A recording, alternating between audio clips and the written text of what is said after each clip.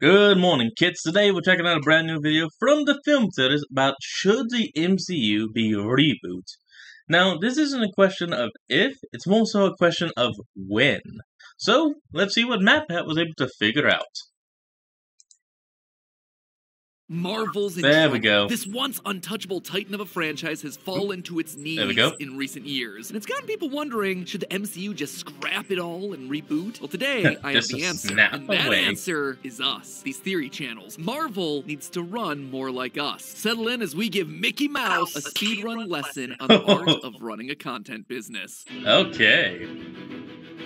Also, I like the use of the rule of Bendy's Internet. basis. Welcome to Film Theory, where today it's time to show how a scrappy bunch of YouTubers are smarter than entertainment's biggest brand. So, Hell yeah. It's a controversial take when I say that Marvel's really struggling right now. Box office returns and Disney Plus viewership are in the tank, and there's really no sign of it turning around. The recently concluded Loki premiered to 40% lower watch minutes and a fifth of the online chatter when compared to season 1. And that's pretty bad considering the show before that, Secret Invasion, had the second worst numbers of any MCU Disney Plus series. In fact, release after release after release has seen a decline in overall viewership for the MCU extensions happening over on Disney Plus. But what's more concerning are the films. Multiverse of Madness, disappointment. Love and Thunder, disappointment. Quantum Mania, huge disappointment. And while the numbers are still coming in as I write this, the Marvels is headed for the lowest opening of any MCU project ever. And that's including the Hulk movie from way back before this whole thing even got off the ground. Early data from Marvels is comparing it to the performance of The Flash. Let's just say that you do not want to be compared to the box office performance of The Flash. In short, things are not looking so hot for this once untouchable franchise. And it's gotten a lot of people to start asking, is it time for the MCU to reboot? And really, is this even that surprising a question to ask? Quality of the output aside, the MCU is very long in the tooth at this point, especially when you're talking about a film franchise. Whether it's a soft reboot with a fresh creative team, a hard reboot where they start from scratch, or some mix of both, movie series don't go on this long without some sort of fresh coat of paint. Talks have even gotten so serious that rumors are now spreading that they're considering bringing both Robert Downey Jr. and Chris Evans back to reprise their roles in a desperate bid to bring audiences back to the franchise. But here's the thing, after looking deep into the problems that Marvel's facing right now, I'm convinced that a reboot would be the single worst idea that they could do at this point. So today, friends, I'm going to be taking a deep hard look at Marvel Studios and how they've been handling their cinematic universe, and then give them some advice on how they can right the ship. Because the answers that they're looking for right now are actually a lot closer than they expect. They're right here on this channel. A few months ago, I gave Disney a free consulting session on how our YouTube business can fix their movie business, and it looks like it's time for another session, covering a brand new slate of topics. Bob Iger, you and your shareholders might want to start taking notes, or you could always just invest those billions of dollars over here to a team who actually knows what they're doing. So grab your popcorns for this one, friends, because let's be honest, you're not going to be eating it in theaters watching the Marvels this weekend, and let's dunk on Disney just a little bit, shall we? So the issues that Marvel's facing right now boil down into three main buckets: person centricity, programming cadence, and audience trust. So let's just take it point by point and see where we can fix things, shall we? Main problem number one, person centricity. Basically what this means is that there's one person in the company who is way too important for the business to be growing sustainably. You see, despite some corporate meddling here and there, the way Marvel Studios is operated has come down to what Kevin Feige decides is best. It's either his way or the highway, with all the decisions ultimately funneling up to him. And this is true at all points in Marvel's production. Several writers and directors like Edgar Wright and Scott Derrickson left their projects due to creative differences with Feige. Other directors like Nia DaCosta admitted that they didn't have any creative control over their work. All of this was an intentional structural decision. Feige was frustrated by the lack of control that Marvel had over their projects pre-MCU, quoted as saying, "We suggested, but they didn't listen. We didn't have control. I hated that." And you know what? For a while, this structure worked. There are a lot of advantages to this sort of arrangement. When you have a figurehead like this, you have a consistent guiding force. The person gathers a lot of institutional knowledge and makes sure that everything's focused in the right direction because it's their sole creative decision. They and the brand are united as one, which makes sure that everything feels cohesive. And when the MCU was running at a much smaller scale, just a couple films a year all leading to a giant crossover, having that sort of singular vision worked. And when you think about it, this is actually the same model that most YouTube businesses start off with. There's one central figurehead that's the centerpiece for the brand, the one responsible for making all the decisions. For Mr. Beast, it's Jimmy. For Mythical, it's Rhett and Link. For MKBHD, Oh, yeah. that's Marquez, and for all of us here at Theorist, it's me. And oftentimes, everything gets funneled up through the company to these central figures who then is responsible for making the decisions. And just like with Kevin Feige, there's a lot of efficiency in that process because these people know their brand, they know the content, they know their community better than anyone else. Oh, this worked really well for our thumbnails 2 years ago. People didn't really care for the episodes when we scripted it this way. Oh, this is the best way to do brand deals, trust me. I've been doing it for 5 years, and we've already done an episode like this. We just did it, 10 years ago. But as you might imagine, there are a lot of negatives when you're working with that sort of structure. Things... Yeah, he's right. Oop, hold on, folks. We'll be right back. And we're back, folks. Things can become stagnant without other fresh voices coming in with new ideas. And as the company grows, that person's time becomes more and more split, and quality starts to dip without some sort of strong guiding hand at the helm. This is where I see Marvel more people. Right now. This is a stat I've pointed to a couple times in the past, but I'm just going to bring it up again here because it's mind-boggling. If you look at the number of minutes of content released in the MCU, there's just too much. Phase 4 had a staggering 3,500 minutes spread across 2 years, mostly thanks to the introduction of Disney+. That is more than phases 1 to 3 combined. And as a result, Kevin Feige is losing control. Storylines feel disjointed, and it's suddenly difficult for characters to feel consistent between all the different projects. The first time viewers felt this was with Wanda going complete villain from WandaVision to Doctor Strange. Even Elizabeth Olsen wasn't a fan of this, and revealed that it happened because the writers of WandaVision were given no information about Multiverse of Madness. The same thing just happened with Nick Fury's character between Secret Invasion and the Marvels. As film analyst Dan Murrell actually said in his recent review, I was thinking, this has to be a variant of the Nick Fury that was just in Secret Invasion. His characterization is almost insultingly 180 degrees from the character that we just saw on that Disney Plus series. All in all, this seems to be a failure of business structure. Information isn't being properly shared across the people making the films and shows. In the past, Kevin Feige would have been the guy passing that information along, but now, more and more cracks in information are starting to show up as more and more projects are having to be juggled. But thankfully, there are ways to mitigate this issue. Main thing I recommend, break your organization down into units, each with a leader who can keep it running smoothly. Well, it's not really my place to speak about just like the channels. Models. I can give you a peek behind the curtain here at Theorist. You see, we started running into the same issue after we launched Food Theory. Between game theory, film theory, food theory, and GT Live, writing and overseeing every single project just wasn't possible for me to do alone anymore. What we ended up doing was breaking the company down into units, one for each channel, with a creative director in charge of production and scripting, as well as managing any sort of crossover events. That's why you've seen people like Lee, Tom, Amy, and Santi popping up more and more. They're the ones driving a lot of the creative forward, helping choose programming, making sure information and production quality is at the same level and ideally higher than it was when I was doing everything solo. Because honestly, it's their full-time job to keep track of all this, to be experts in all this and the things that we're talking about. It helps us raise the bar and do more without spreading ourselves too thin. It also allows us to tackle more big projects for each channel, like a fashion show on Style Theory, or a travel show on Food Theory, or Season 2 of Game Lab over on Game Theory, because now each channel is able to be its own living, breathing entity, a channel all its own with its own brain in the mode of a creative director, rather than me having to divide my limited time and resources like some sort of parent trying to decide which child gets my attention next. It also lets us start new initiatives much more easily, like social media and podcasts. Speaking of, we actually did just launch an audio podcast version of Film Theory over on Spotify. If you want to listen to Film Theory on the go, that right there, that's kind of cool. To do it. We have a ton of our episodes already up there, including some of our Marvel theories like Thanos was right, or whether Thanos was worthy. Honestly, I'm just a fan of Thanos over here. We also have some certified Film Theory classics in there, like our Disney Death. He does actually have a pretty good story.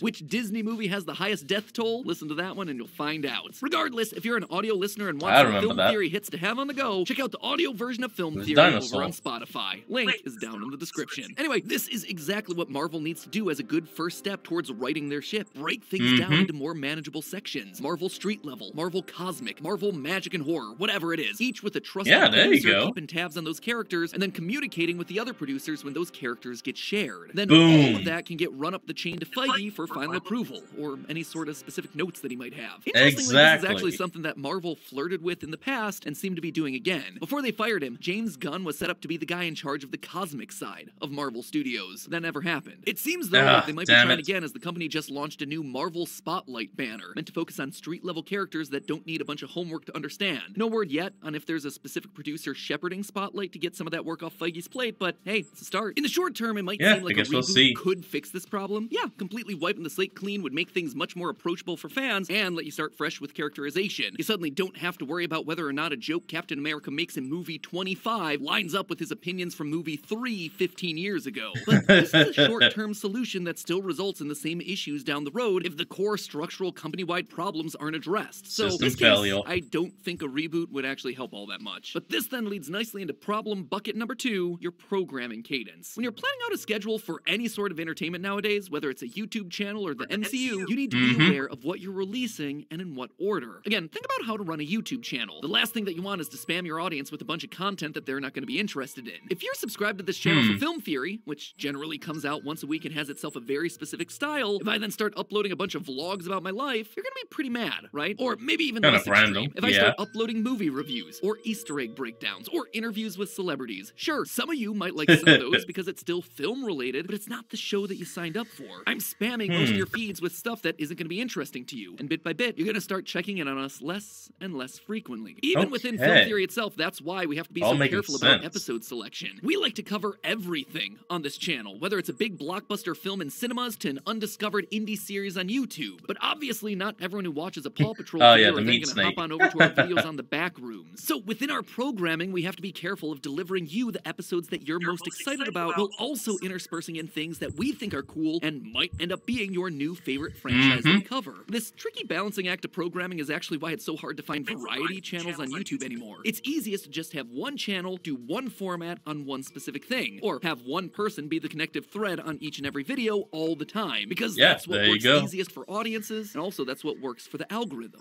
And hey, Marvel used to be the king of programming. When Guardians of the Galaxy was first announced, people thought it was going to be Marvel's first flop, and for good reason. On paper, it should have been an absolute failure. They were a bunch of D-listers, and they were weird, but Marvel intelligently worked them into their schedule between a Captain America movie and an Avengers movie. That way it could soften any bad performance blow. Couple that with a solid script, and you know what? That movie was a hit, and now everyone loves the Guardians. Captain Marvel, roughly the same deal. A new character that they hope to do big things with moving forward, getting sandwiched between two of the biggest movies of all time. And financially, it worked, with a fairly mediocre origin movie delivering a $1 billion box office smash and introducing a recognizable, if not all that beloved, new character into the roster. And if you look at the film output of Phase 4 on paper, it looked strong. Riding off bangers like Endgame and Spider-Man at the end of Phase 3, we got Black Widow, Shang-Chi, and the Eternals. All a little bit risky, but hey, you're coming off of $2 billion hits, so it gives you a couple movies to experiment. And guess what? Shang-Chi worked fairly well, giving them a new mid-performing franchise that they could now work into their program. That one was pretty good. Right after that, they had Spider-Man, Doctor Strange, Thor, Black Panther, 4 huge franchises all one after the other to rebuild momentum after a relatively slow period. Except Marvel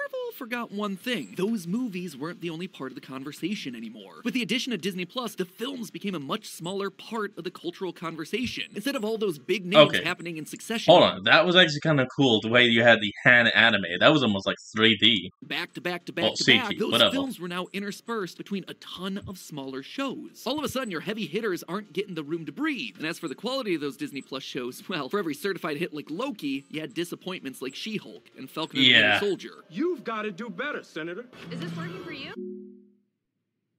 But what's worse is because the Disney Plus shows are released over time instead of all at once, the conversation around them was stretched out for weeks. While the films get a flash-in-the-pan discussion right after release, the shows, they're in the zeitgeist for months. Again, looking at the YouTube comparison, that would be like subscribing to this channel for film theory, giving you a medium-length, thoughtfully researched video every week, and us instead spamming your feed with shorter, cheaper, less well-written content every day. Some made for you, and lots of it not, until you just eventually stop watching the channel altogether. For Marvel, a reboot here is not gonna solve the problem. If you go to a new rebooted universe and still program this poorly, well, you're still gonna spam your viewers. You need to be more discerning with who you're giving these Disney Plus shows to, while also working on their overall quality. Characters like Loki, Wanda, Falcon, sure, it potentially makes sense to give these characters shows. They've been built up as side characters across the films. But does She-Hulk need a $25 million per episode series? Does it make sense to give Ms. Marvel her show before her debut in a feature film? Did Nick Fury need an ultimately pointless side quest? No. Well, technically, she appeared in a video game, Foss, not the show. So,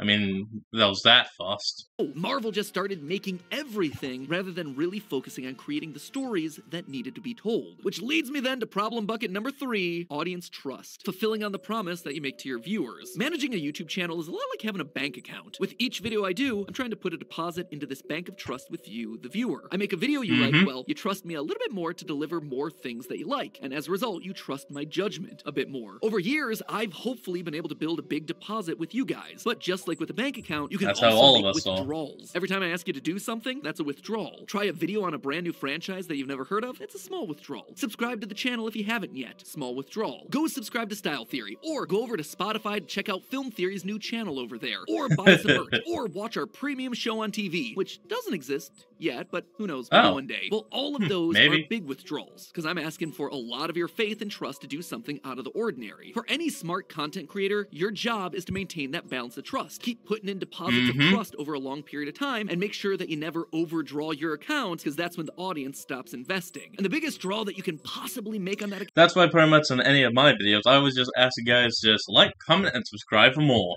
Well, other than that, I just keep putting out for you guys. Count is asking people to commit to something that you then give up on. We waited literal years to launch both Food and Style Theory because we wanted to make sure that we had the systems in place to deliver those channels consistently forever. The last thing we wanted was to launch something only to then let it die, leaving you guys with nothing but a broken promise, a betrayal of your trust. Back in the day— Here's one thing you need to do. Hold on. We'll be right back, folks. And we're back. Back in the day, this is what set the MCU apart from the other attempted cinematic universes. When Nick Fury stepped out of the shadows and told Iron Man about the Avengers Initiative, we knew that we were going to be getting that big crossover. When Thanos put on the gauntlet and said, "Fine, I'll do it myself." We knew that it was going to pay off. And relatively soon. Even small things like, I can do this all day, is a deposit of trust because it shows an internal, consistent logic of character that rewards all the long-term fans of the franchise. But these days, because there's new Marvel content basically every single week, and it's all from such random corners of the MCU, there's been no follow-through with so many of the things that they've teased. That trust is broken. There are too many loose ends that have been left unresolved. There's a giant celestial in the ocean that literally no one cares about. Moon Knight had the entire world see an accelerated day-night cycle that's never mentioned again. The Young Avengers have been teased for so long that really, who even cares anymore? Team up or don't, I just don't care. Just move on. And that's just a fraction of the ones that come to mind. From small characters like the Black Knight to huge issues like how the multiverse feels like it functions differently in almost every new project, these things are breaks in the audience's trust that tells us, well, if Marvel didn't care enough to get it right, why should we? And even when they do explore the exciting concepts they introduce, it's underwhelming. I don't think anything epitomizes this more than the multiverse. Sure, some of it's been cool. We got glimpses of it with Loki and No Way Home, but most of it just didn't land. Remember the hype online when it looked like they were about to bring in Quicksilver from the Fox movies, and then the payoff was just a bad joke? Ralph Boner? Oh, come on. What If promised to be a bold, different take on all your favorite MCU heroes, and what we got were 30-minute chunks of less good versions of movies that we'd already seen. They sold Multiverse of Madness on this deep dive into weird worlds like the Paint universe, and what we got was a quick montage and 45 minutes in a world identical to the main MCU with the saturation turned up. This just isn't living up to the promise that they're giving us. The quality isn't there. It'd be like me hyping up our new apparel as the best stuff ever, only for you to get it and then it be nothing more than just a run-of-the-mill t-shirt. That's why we put so much care into the stuff that we put out. Because when you click on a video or buy a jacket or subscribe to a new channel, we want you to know that your trust hasn't been misplaced, that it's been worth it. And rebooting the MCU right now might be the single worst decision that they could possibly make to tackle that problem. It would cause far more harm than good, because it would basically tell us that everything that we've spent time waiting for has been for nothing. Were you excited to see Sam Wilson tackle what it means to be Captain America? For the next generation of heroes to finally take on the mantle of the Avengers? For Blade to fight some vampires? A reboot would basically say, yep, too bad, and make you feel stupid for wanting those things in the first place. Instead, just like with the programming cadence, the solution here is to just reevaluate the slate of films and shows. Really double down on what people are actually excited about and explore those things to their fullest potential, instead of dangling something new in every post-credit scene that distracting a dog. But here's the big twist. While I've been holding ourselves up as the model to follow here, I recognize you might be too proud, Marvel, to follow the advice of some lowly YouTuber. So you don't have to take my word for it. You can take a look much closer to home. Your own comics division. They can also tell you why rebooting would be a bad idea at this point. You see, Marvel has tried rebooting before with the Ultimate Universe. In the early 90s, the comic industry collapsed, and Marvel in particular was hit hard, resulting in their bankruptcy. This is actually when they sold off a lot of their film rights just to stay afloat, and why we got movies like Blade, X-Men, Spider-Man, and Daredevil. Anyway, in an attempt to drum up excitement for the brand, modernize their characters, and offer brand new perspectives on the old lore, Marvel made a bold decision. They were going to start a second main line of comics that would run alongside their 616 universe, and they were calling it Ultimate Marvel. Basically, it was just them experimenting with rebooting the whole company. At the beginning, it ended up being one of Marvel's biggest success stories, with this universe's flagship book, The Ultimates, being the single most successful comic book of the year. But despite that initial burst of success, the Ultimate... Hey, look! Yeah, even Thorn, it has the Stormbreaker axe hammer thing.